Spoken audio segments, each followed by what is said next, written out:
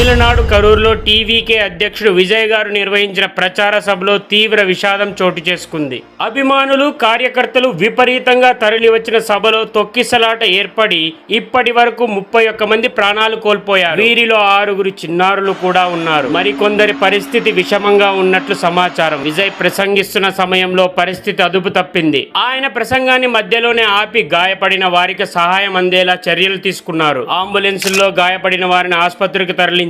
ఈ ఘటనపై తమిళనాడు ముఖ్యమంత్రి ఎంకే స్టాలిన్ తీవ్ర దిగ్భ్రాంతిని వ్యక్తం చేశారు. గాయపడిన వారికి అత్యవసర వైద్య సేవలు అందించాలని అధికారులకు తెలియజేశారు. ఒక ఆనంద సభ క్షణాల్లో విషాద సభగా మారింది. మొన్న పుష్ప 2 రిలీజ్ సందర్భంలో తొక్కిసలాట, ఇప్పుడు విజయ్ సభలో ప్రాణ నష్టం. ఇలాంటి సంఘటనలకు బాధ్యులు ఎవరు?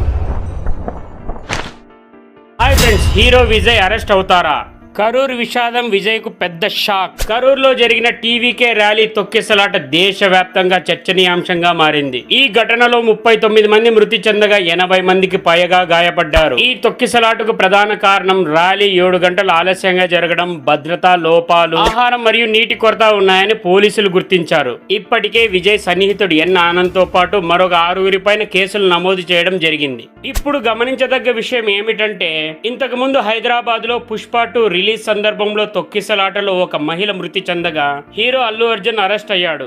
ఈ నేపథ్యంలో విజయ్ ను కూడా అరెస్ట్ చేస్తారనే ఊహాగానాలు కొనసాగుతున్నాయి. అయితే సీఎం స్టాలిన్ తుది నిర్ణయం కమిషన్ నివేదిక వచ్చిన తర్వాతే తీసుకుంటామని స్పష్టం చేశారు.